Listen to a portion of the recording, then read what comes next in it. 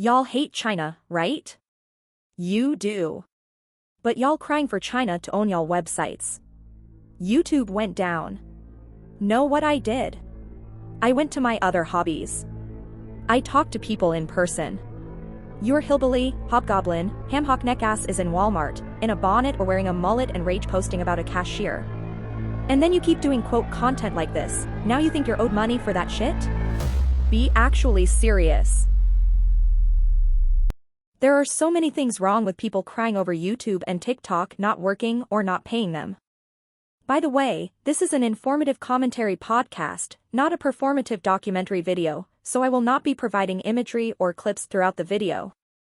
You should know, unless you live under a rock, what I'm talking about. But this topic is mostly in response to 1. The YouTube fiasco earlier this week where it seemed to cause a global scare for users. And 2. TikTok getting bought from the Chinese and apparently going on a ban or demonetization spree, which I didn't find out about or even care about until 5 minutes ago when I saw a YouTuber react to a compilation about TikTokers crying. I have to laugh at both of these situations. And I'm so happy that I'm in the place where I can laugh at these situations.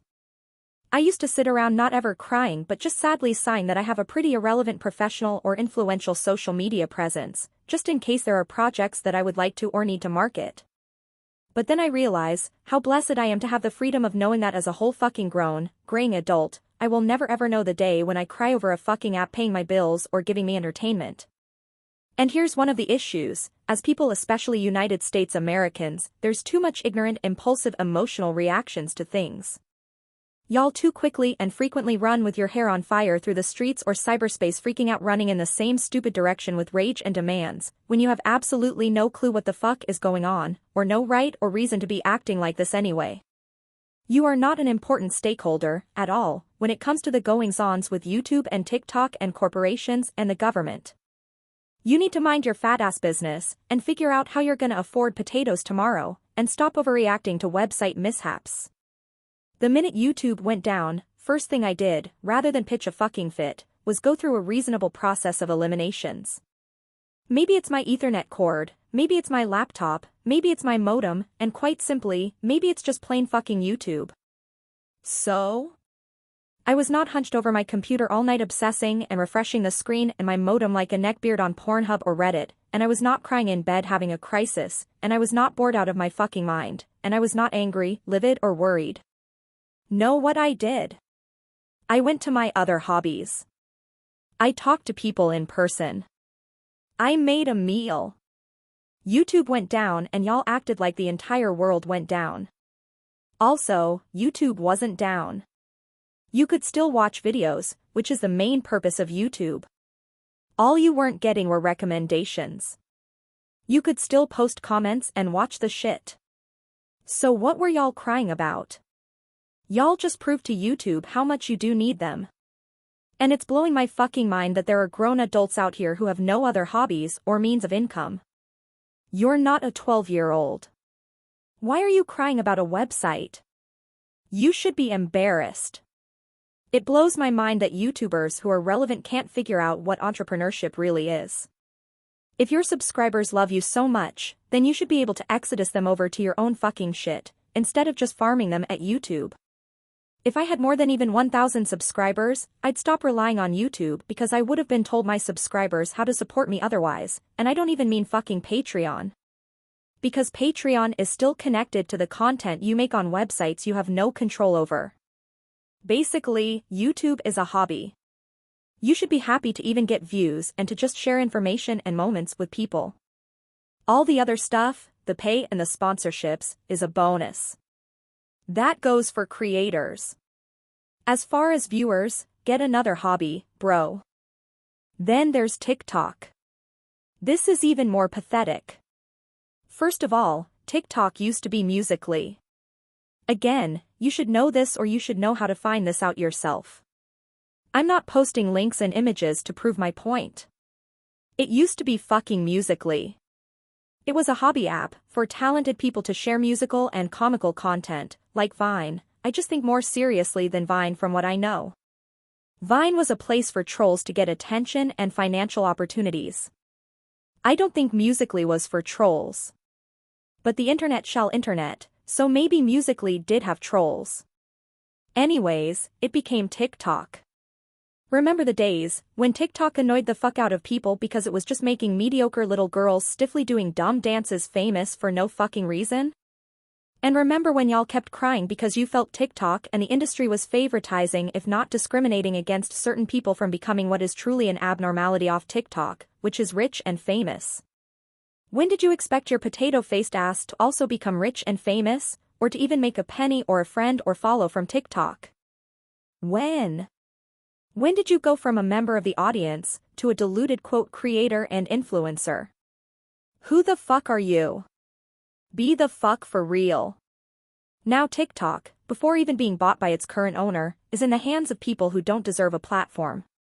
You're not photogenic, you're not interesting, you're not educated, you're not talented, your looks damn sure ain't gonna get you paid because you're not that cute, your hair's uneven, you look dusty, and you're not in the industry with a talent manager or agency to help the quality of your content or to boost your visibility. Some or entirely all of the above. So what the fuck are you doing? You're in Walmart, in a bonnet or wearing a mullet and rage posting about a cashier. You're quite simply even lucky that you somehow got any of those views, baby. Or you're a nobody crying in your car about quitting your job. And then you keep doing quote content like this. Now you think you're owed money for that shit? Be actually serious. And aren't y'all anti-China? But now you're not though, right? All at the behest of TikToking? I'm not one way or the other when it comes to China, and I don't necessarily understand or support every political thing happening to, or from any country including them, even though half the movies I watch, and music I listen to, and clothes I voluntarily shop for, come straight from China, South Korea, and Japan. All I watch are subtitled films. I'm learning Mandarin on Duolingo. Laugh now. But I can say hot water, iced tea, soup, and hello in Chinese, y'all. All the important things. Guess now I'm ready to hop my ass over to China right now and get me a man, and help him carry bags of rice in a wheelbarrow through a mountain village and pluck chicken feathers and eat dragon fruit and wash my clothes by hand and age gracefully, with half-Asian babies, and settle my ass the fuck down. But that's not y'all. Y'all hate China, right? You do. But y'all crying for China to own y'all websites.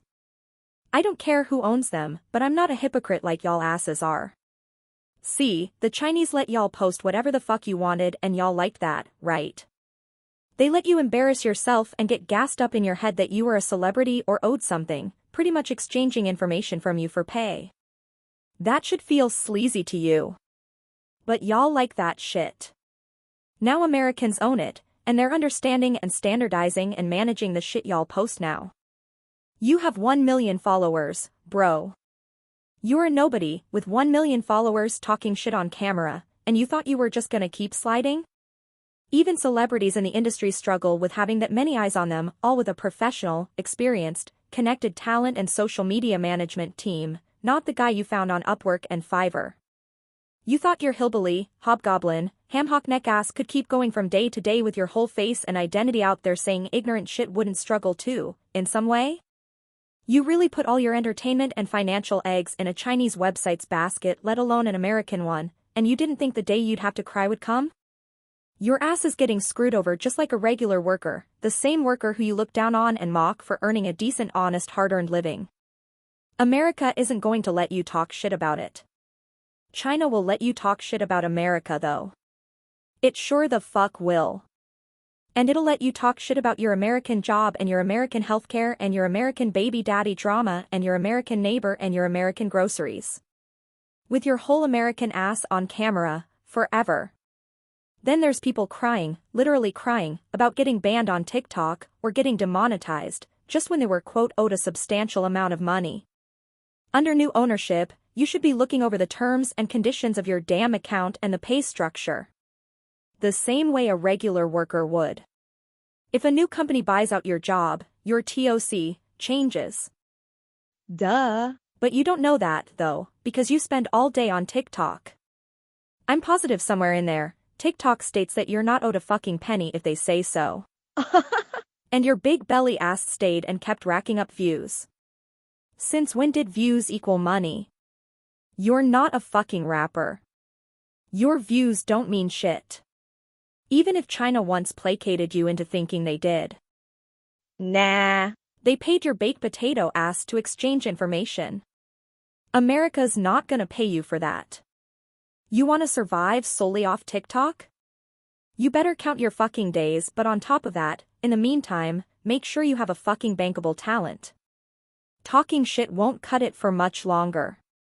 And if all you do is talk shit, then make sure you get yourself a lawyer, or a talent agent, or a social media manager, or make sure you funnel your precious followers to your own fucking platform off TikTok. I have spoken. Goodbye, dummy. I'm off to buy some wontons and egg rolls.